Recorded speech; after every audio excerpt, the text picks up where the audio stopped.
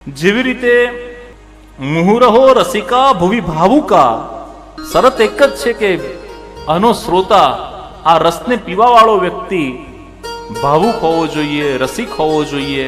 તો આ ભાવ ક્યાંથી લાવવાનો? આ કઈ ઓનલાઈન કોઈ એના ઉપર મળતો તો નથી કે 200-500 રૂપિયા આપણે ભાવ ખરીદી લઈએ, ભક્તિ ખરીદી લઈએ. તો કહે છે કે પ્રભુના ગુણાનુવાદ શ્રવણ કરવાથી ભાવ પ્રગટ થશે. ભગવાન સાથે જોડાવા માટે સંત, ગ્રંથ અને ગુરુની જરૂર પડે છે. અને જે ગુરુની શરણમાં જાય છે, જે સંતની શરણમાં જાય છે, કે જે ગ્રંથની શરણમાં જાય છે, એને ભાવ પ્રગટ થાય છે, પ્રભુ સાથે પ્રેમ થાય છે. અને પ્રભુ સાથે પ્રેમ થાય ત્યારે એ રસિક બને છે.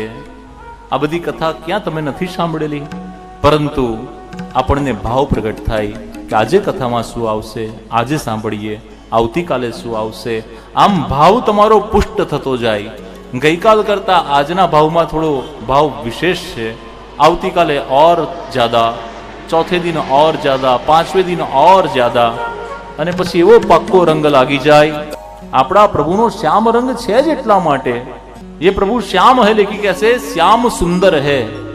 હમણાં અયોધ્યામાં પણ રામલલ્લાના પ્રતિમાના સ્વરૂપને આપણે ટીવી ઉપર કે અયોધ્યા રૂબરૂ જઈને પણ કેટલા ભક્તોએ દર્શન કર્યા. તો એ પ્રભુના સ્વરૂપનો રંગ શ્યામ છે. અને ગોવર્ધનનાથજીના દરેક સ્વરૂપનો રંગ પણ શ્યામ હોય છે. તો આ પ્રભુ શ્યામ રંગના કેમ છે? કારણ કે કોઈ પણ બે રંગ ભેગા કરો તો કોઈ ત્રીજો રંગ બને. એક શ્યામ રંગ જ એવો છે કે તેમાં તમે કોઈ પણ રંગ ભેળવી દો તો એ રંગ શ્યામ બની જાય.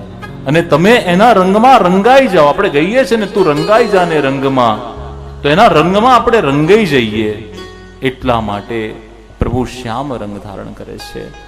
અમારા ચાણોદના ભક્ત કવિ દયારામભાઈ તો કહે છે કે શ્યામ રંગ સમીપે ન જાવું, શ્યામ રંગ સમીપે ન જાવું.